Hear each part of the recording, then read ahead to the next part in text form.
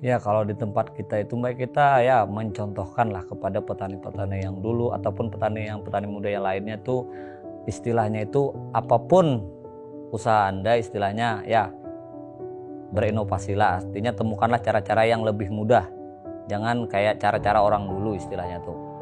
Kalau ada yang lebih mudah kenapa tidak ya kan, intinya itu apapun usaha itu istilahnya selama kita tekuni dan kita nanti juga akan istilahnya kalau bahasa saya itu akan indah kalau ada duitnya. Ya kalau istilah jiwa-jiwanya itu memang pendapat itu tidak bisa disalahkan juga karena kadang-kadang memang ada istilahnya yang tidak cocok atau tidak betah istilahnya. Nah, tapi ya kembali lagi apapun usaha kita itu selama kita tekun dan kita istilahnya ya kita kerjakan dengan ikhlas, kita akan tahu celah-celahnya di mana gitu.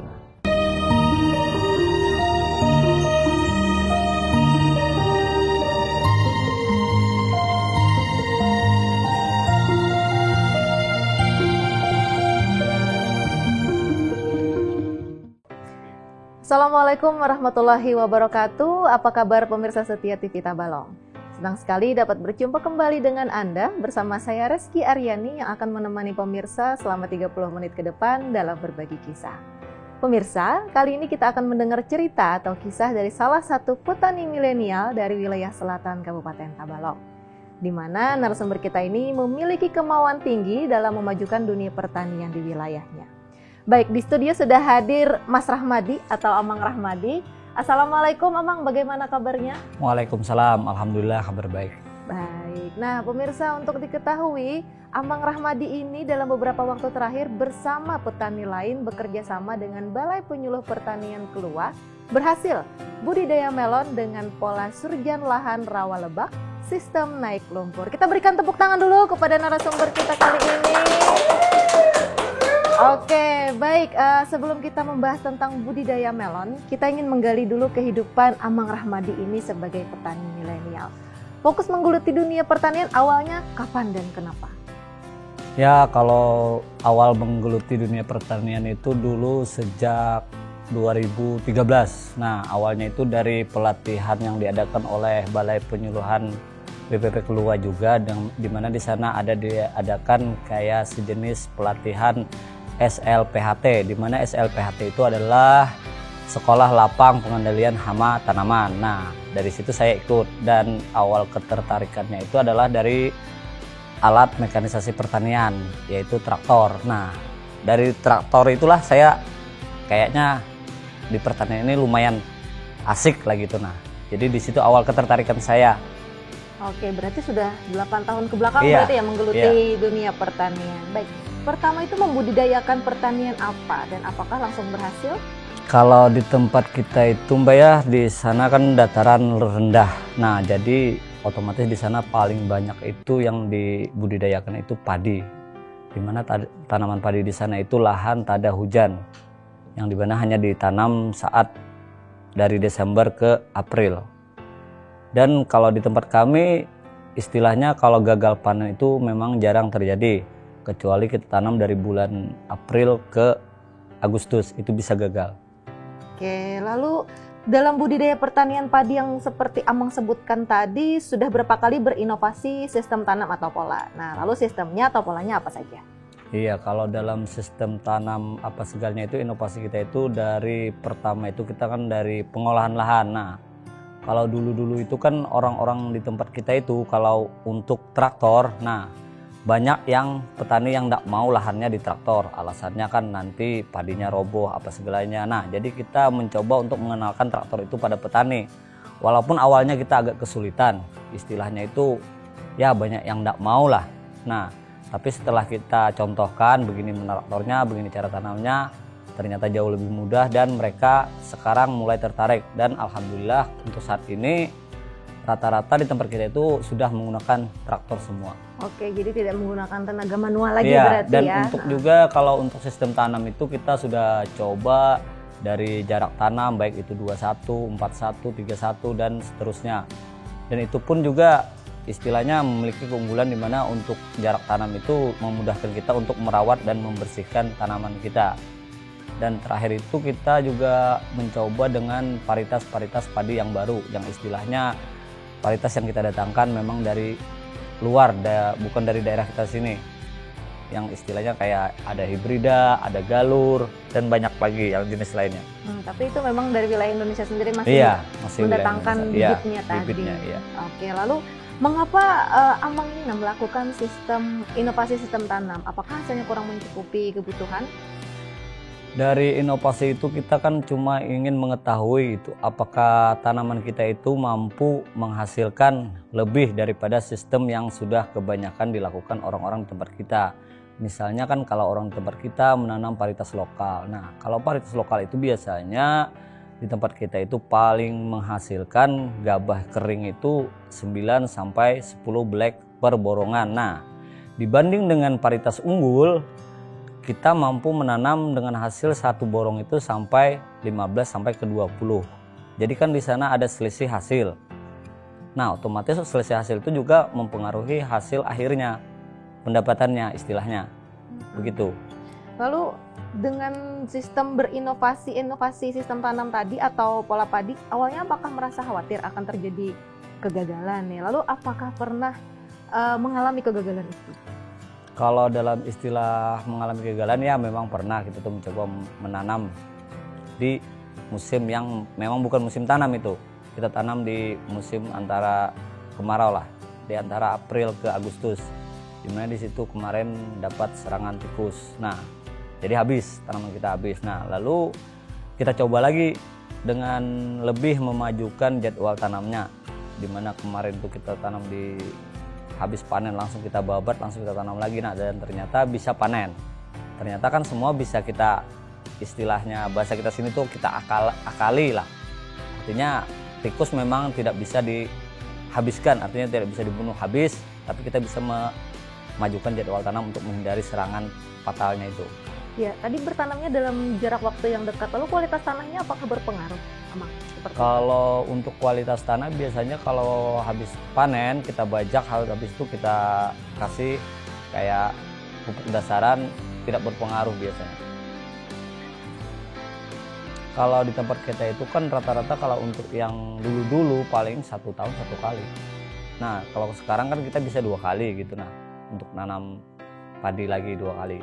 Oke, nah ini Amang, selama melakukan tadi sistem bertanamnya, apakah ada yang mengikuti jejak pola tanam yang dilakukan oleh Amang Rahmadi ini? Lalu ceritakan siapa saja dan tanggapannya bagaimana? Nah, kalau untuk di tempat kita itu Mbak ya, kalau untuk sistem tanam, masyarakat di tempat kita itu kan paling sulit merubah pola pikir orang di tempat kita. Dalam artian itu kita kalau kita cuma ngomong, suruh begini, mereka nggak bakalan mau. Soalnya apa? Mereka akan mencontoh kalau sudah melihat hasil. Nah, jadi kalau kita contohkan, jadi kan mereka lihat, oh benihnya bagus gitu. Nah, jadi pakai jarak tanam, pakai apa gitu. Nah, jadi mereka kan otomatis banyak sedikitnya mereka pasti meniru karena melihat sudah ada contohnya yang kita contohkan. Nah, gitu. Jadi Amang Rahmadi ini datang ke tempat orang yang ingin belajar atau seperti apa? Biasanya mereka yang mampir ke sawah saya. Nah, kan biasanya kalau petani itu kalau sore-sore biasanya ngumpul di lahan. Nah, jadi kan di lahan siapa gitu yang dilihat, dipandang-pandang. Nah, jadi mereka ngumpul di situ nih ya. Jadi nanya-nanya jarak tanah apa segala. Jadi mereka kan dari situ meniru, walaupun jarak yang mereka tiru itu kadang-kadang tidak sama. Artinya mereka tetap menggunakan jalur jarak tanam untuk lewat menyeprai biar lebih mudah. Oke, lalu nih saran atau nasihat Amang nih untuk petani di wilayah selatan yang saat ini bertani padi? Ya, intinya kita di selatan itu karena wilayah kita memang dataran rendah dan komoditas yang cocok itu karena padi, jadi kita tetap usahakanlah menanam padi ya dengan pola yang telah kita contohkan. Nah, dalam istilahnya itu dimana kalau kita menanam varietas unggul itu kan istilahnya hasilnya hampir 50% lebih banyak varietas unggul daripada varietas lokal. Dan juga dari segi biaya itu untuk perawatan, kalau untuk varietas lokal biasanya umurnya lebih dalam, di mana varietas lokal itu berkisar dari 5-6 bulan. Nah, dibanding dengan varietas unggul itu jauh. Varietas unggul kan cuma 100 hari sampai 120 hari ya, sekitar 4 bulan. Jadi biaya pun agak kurang. Nah, makanya itu saya lebih menyarankan untuk menanam varietas unggul, karena istilahnya tuh kita tidak capek-capek lah, terlalu capek lah untuk merawatnya, dan panen pun sebentar gitu. Ya, dan dalam 1 tahun bisa beberapa kali, Iya, beberapa bisa kali kita tanam panen. 2 kali ya, minimal 2 kali. Oke, baik pemirsa TV Tabalong, setelah ini kita akan mendengar cerita Mas Rahmadi atau Amang Rahmadi yang berhasil budidaya melon dengan pola surjan lahan rawa, lebak sistem naik lumpur. Bagaimana ceritanya? Saksikan sesaat lagi di Berbagi Kisah, jangan kemana-mana. Kembali lagi pemirsa di Berbagi Kisah, masih bersama Amang Rahmadi. Selanjutnya kita akan cerita Amang Rahmadi yang berhasil budidaya melon dengan pola surjan lahan rawa, lebak sistem naik lumpur. Ternyata sistem budidaya ini merupakan pola tanam pertama di wilayah selatan yang berhasil dibudidayakan bersama petani lain dan juga BPP Kelua. Wah, luar biasa sekali, kita beri tepuk tangan dulu untuk Amang Rahmadi. Oke, yang pertama saya mau tanyakan, ini bisa dijelaskan dulu nggak? Nama pola ini sangat panjang sekali, bisa dijelaskan kepada pemirsa TV Tabalong, Amang?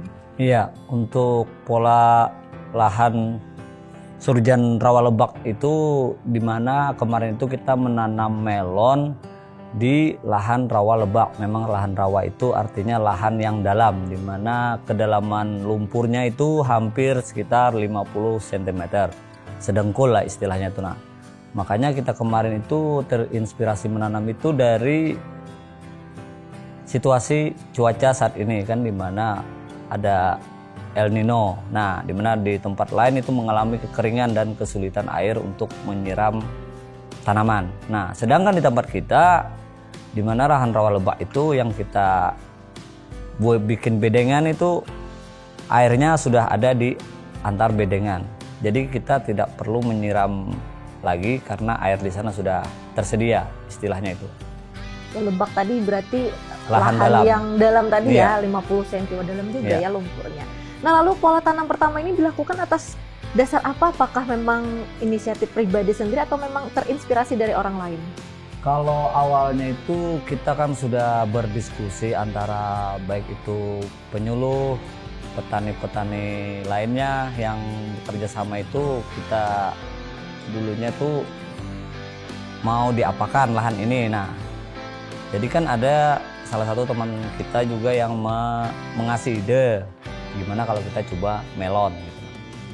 Walaupun kan yang lain banyak yang keberatan, istilahnya apakah bisa gitu. Nah, tapi setelah kita rembukan kembali dan akhirnya semua setuju kita coba melon, walaupun resikonya besar gitu. Nah, dari situ awalnya jadi kita tanam melon itu. Oke, nah apakah kualitas melonnya berbeda dengan lahan yang biasa orang menanam melon pada umumnya?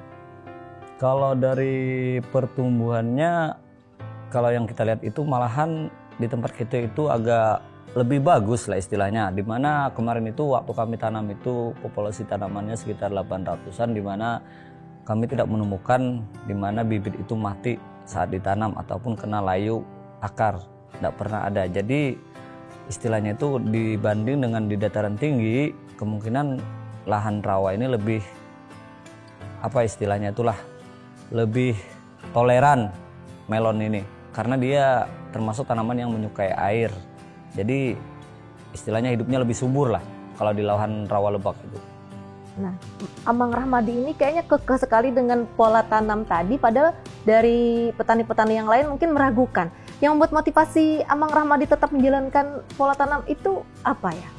Nah, kita kan sering juga, itu kan sekarang itu kan zaman udah canggih, jadi kita sering juga kan lihat-lihat kayak petani-petani luar negeri itu. Nah, kayak petani-petani Thailand, dimana di sana mereka kan nanam kelapa, nanam apa, disiramnya pakai lumpur. Nah, jadi kita coba juga gitu, melon, coba bang siram pakai lumpur juga, siapa tahu bagus gitu. Tapi setelah kita coba kan ternyata memang benar, lumpur itu bagus untuk tanaman. Oke, nah pastinya dalam perjalanan memulai pola tanam ini ada kendala atau juga hambatan. Nah, bisa diinformasikan mungkin kepada pemirsa TV Tabalong apa hambatan yang Bapak atau Amang Rahmadi hadapi?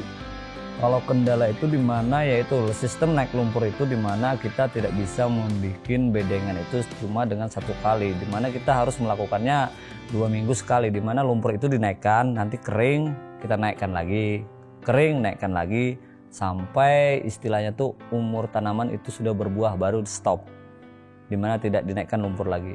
Jadi kendalanya di situ, dimana kita harus ya dalam istilahnya itu harus konsisten lah, jangan sampai tidak dilakukan penaikan lumpur kembali gitu. Oke, kalau misalkan satu kali saja terlewat misalkan untuk menaikkan lumpur tersebut, apakah gagal panen? Kalau terlewat itu, kalau gagal panen tidak, cuma istilahnya tuh bedengannya tidak akan tinggi. Di sini kan kita tidak membuat bedengan yang langsung tinggi gitu. Nah, kita buat dari rendah dulu, rendah naik tinggi, naik tinggi, naik tinggi sampai dia berbuah, baru kita stop.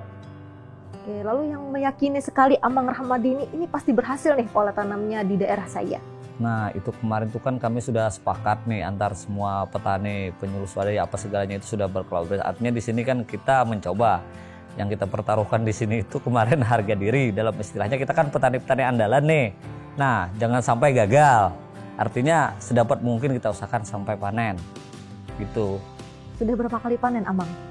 Kalau yang panennya hari ini ya ini yang pertama, dan menurut kami ini sudah luar biasa lah istilahnya, dan baru pertama kan dilakukan di wilayah kami. Nggak pernah ada inovasi sejenis kayak tanam melon di air gitu, seakan nggak masuk akal lah istilahnya. Jadi menurut Amang hasilnya sudah memuaskan? Ya kalau bagi kami, karena kami baik istilahnya itu nggak pernah nanam melon seumur umur, kan biasanya tempat kami cuma padi. Nah jadi waktu ditanam melon kan semua juga melihat gitu, wah ternyata melon bisa ya di air gitu. Nah, oke, apakah merasa mungkin ini kayaknya dalam satu kali percobaan ini ada yang gagal, apakah kedepannya akan melakukan lebih maksimal lagi? Nah kalau untuk kedepannya kan kita akan coba lagi dengan skala yang lebih luas, dan juga dengan pengalaman yang sudah ada, kita sudah tahu jenis atau varietas yang lebih toleran di air. Karena memang ada varietas yang tidak toleran di air. Istilahnya tuh dia pertumbuhannya kurang optimal kalau ditanam di lahan rendah. Oke, ada berapa banyak tim yang bersama Amang Rahmadi ini dalam melakukan budidaya melon? Kalau kami semalam itu kurang lebih, baik itu dari PPL atau dari PPS atau petani milenial, semuanya kurang lebih 17 orang lah istilahnya. Dalam satu lahan atau ada beberapa lahan? Dalam satu lahan, itu memang istilahnya ada kaji terap juga di sana. Jadi kan semua belajar di sana, dan juga sudah dibagi dalam istilah tim itu kan dibagi. Ini bagian tim perawatan, penyemprotan, pemupukan, itu sudah ada seksinya masing-masing lah. Oke, nah dari pola tanam yang pernah dicoba ini tadi untuk melon, nilai apa yang bisa dipetik dari sebuah pengembangan tanam yang dilakukan bersama tim? Ya nilainya itu istilahnya, kita di wilayah selatan kan biasanya memang tidak pernah menanam jenis tanaman holti kayak melon gitu. Nah, jadi kan kita sudah memberi contoh nih. Contoh artinya buat petani lain itu kan adalah suatu peluang. Nah, dimana peluang itu ya sangat menjanjikan lah istilahnya. Tapi dalam artian kita tidak juga dialih fungsi tanaman. Dalam artian kan di selatan itu dari bulan Januari ke April itu kita bisa tanam padi. Nah, tapi setelah tanam padi, kita bisa tanam melon habis panen. Kalau habis panen padi, kita tanam melon. Nah, itu adalah satu peluang. Yang sudah panen melon ini apakah dijual hanya di wilayah Tabalong atau sudah keluar kabupaten? Kalau panen pertama kemarin itu yang ngambil dari Bati-Bati Lehari yang ngambil. Dari kabupaten lain berarti. Iya. Baik pemirsa, jangan kemana-mana dulu, karena setelah ini kita akan melanjutkan perbincangan bersama Amang Rahmadi. Tetap di Berbagi Kisah. Terima kasih pemirsa, masih bersama kami di Berbagi Kisah. Nah, Amang Rahmadi, apakah ada suka duka nih selama menjadi petani? Ya intinya kalau suka dukanya itu ya jadi petani itu banyak juga. Intinya kan kita tidak bisa istilahnya menanam terus menerus. Nah, dimana kalau para petani itu biasanya kan bisa menemukan harga murah atau saat panen harga anjlok. Nah, di situ kadang-kadang kita ya agak sedih juga sih. Tapi ya selama jadi petani itu kita istilahnya kalau berdasarkan pengalaman, nah jadi kita tahu untuk di holti umpamanya. Jadi kita harus bisa membaca kapan saat harga mahal, kapan saat harga anjlok. Nah, jadi untuk mensiasati itu kita harus hafal betul di bulan berapa yang tanaman itu akan istilahnya harganya akan anjlok. Nah, biasanya kalau untuk padi, kalau di padi itu kita biasanya tidak menjual gabah sehabis panen. Karena biasanya kalau habis panen otomatis harganya anjlok. Nah, kita tahan mamanya 2 atau 3 bulan ke depan atau 4, 5, 6 bulan ke depan. Nah, baru di situ harganya agak lumayan bagus. Oke, jadi selain harus bisa bercocok tanam juga petani ini harus bisa membaca situasi ya. Iya. Oke. Lalu sejauh ini apa saja nih tanaman yang pernah Amang Rahmadi budidayakan? Kalau yang ada kemarin itu ada juga kalau dari selain padi kan tanaman yang healthy juga ada dari segi bunga. Nah, bunga itu ada 2 jenis, ada dari adenium, ada dari bougainville. Dimana kita menanam kalau untuk adenium dan bougainville itu kita ngambil yang import istilahnya tuh yang dari luar lah, jenisnya yang belum ada di sini. Itu yang kita kembangkan. Ya istilahnya tempat saya itu skala hobi juga dan bonusnya bisa dijual. Oke, selain hobi juga laku di pasaran. Iya. Nah, lalu sebagai seorang petani milenial, apakah ada kolaborasi kembali dalam meningkatkan produktivitas pertanian? Apa yang dikolaborasikan? Kalau untuk kolaborasi itu biasanya kita kan bersama balai penyuluhan setempat itu biasanya mengadakan kayak sejenis percontohan, demplot atau ya sesuatu inovasi yang mungkin belum pernah ada di sini, kita coba kita terapkan apakah sesuai baik itu dari segi bibit atau varietas jenis padi, karena tidak semua jenis bisa sesuai dengan iklim dan cuaca di tempat kita. Beda daerah beda juga ketahanan penyakitnya. Apakah Amang Rahmadi ini punya kayak ide atau inovasi lainnya tapi sepertinya belum terrealisasi nih?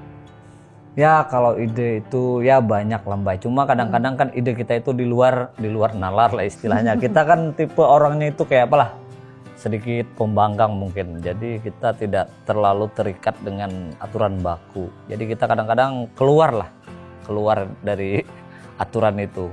Makanya kadang-kadang punya ide itu agak aneh lah.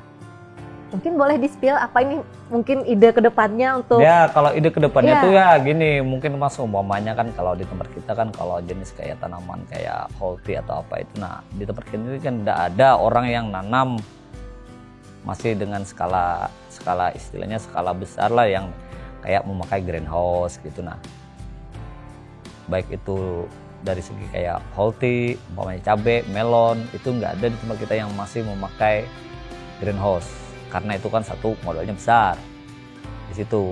Nah makanya langkah kedepannya itu kan saya teride itu kan bagaimana kalau nanam untuk skala hobi aja dulu di bawah depan rumah, melon di dalam polybag, nah terus pakai greenhouse. Nah jadi kan satu, kan sekarang itu kan zaman canggih, jadi orang suka foto-foto depan melon. Nah jadi kan nggak usah lagi ke kebun apa, di depan rumah aja. Iya, wah, rupanya ini banyak sekali ide di dalam kepala yang sepertinya belum terrealisasi ya. Nah semoga mungkin kedepannya nanti bisa terrealisasi sepenuhnya untuk ide-ide dari Amang Rahmadi ini. Nah lalu sejauh ini bagaimana peran petani milenial di wilayah Amang Rahmadi ini, khususnya di wilayah selatan, dalam memajukan dan terjun di dalam dunia pertanian? Ya kalau di tempat kita itu Mbak, kita ya mencontohkan lah kepada petani-petani yang dulu ataupun petani muda yang lainnya tuh istilahnya itu apapun usaha Anda istilahnya ya berinovasilah, artinya temukanlah cara-cara yang lebih mudah, jangan kayak cara-cara orang dulu istilahnya tuh. Kalau ada yang lebih mudah kenapa tidak ya kan, intinya itu apapun usaha itu istilahnya selama kita tekuni dan kita nanti juga akan istilahnya kalau bahasa saya itu akan indah kalau ada duitnya. Wah, kalau ada duitnya, ya. Tadi ada waktunya. Oh ya intinya kalau jadi petani ini jangan cuma monoton mengikuti maksudnya kayak sebelumnya, tapi harus berinovasi kayak Amang Rahmadi ini tentunya. Nah untuk Amang Rahmadi ini apa harapan kepada petani khususnya di wilayah Amang Rahmadi? Ya harapan saya itu semoga petani kita lebih bisa memanfaatkan artinya lahan yang kosong, dimana lahan-lahan di selatan itu biasanya baik kalau habis panen dibiarkan kering kerontang tanpa tanaman, kosong. Artinya masih banyak lah di sana yang bisa diusahakan, baik itu dari segi healthy atau apa. Kan di sana walaupun tidak ada pengairan, tapi kalau untuk kita tanaman kayak jenis lain itu kayaknya masih bisa masuk, dalam artian kayak tanaman jagung, semangka, baik itu melon, itu bisa. Tapi dia sehabis panen. Nah harapan saya semoga bisa dimanfaatkan lahan-lahan yang istilahnya lahan kosong lah itu. Iya, nah ini kan untuk menjadi petani ini katanya hanya jiwa-jiwanya aja nih yang bisa jadi petani. Bagaimana Amang Rahmadi menanggapi hal tersebut? Ya kalau istilah jiwa-jiwanya itu memang pendapat itu tidak bisa disalahkan juga, karena kadang-kadang memang ada istilahnya yang tidak cocok atau tidak betah istilahnya. Nah, tapi ya kembali lagi, apapun usaha kita itu selama kita tekun dan kita istilahnya ya kita kerjakan dengan ikhlas, kita akan tahu celah-celahnya di mana gitu. Nah. Oke, menarik sekali ya pemirsa, dan sangat menginspirasi sekali cerita dari Amang Rahmadi. Kita tepuk tangan dulu dong untuk narasumber kita hari ini. Tidak terasa perbincangan kita sudah berakhir. Terima kasih sekali lagi kepada Amang Rahmadi telah menyempatkan waktunya berbincang hari ini. Nah, saya Reski Aryani beserta kru yang bertugas mohon pamit undur diri. Tetap saksikan Berbagi Kisah, tayang setiap hari Kamis pukul 8 malam hanya di TV Tabalong dan YouTube program TV Tabalong.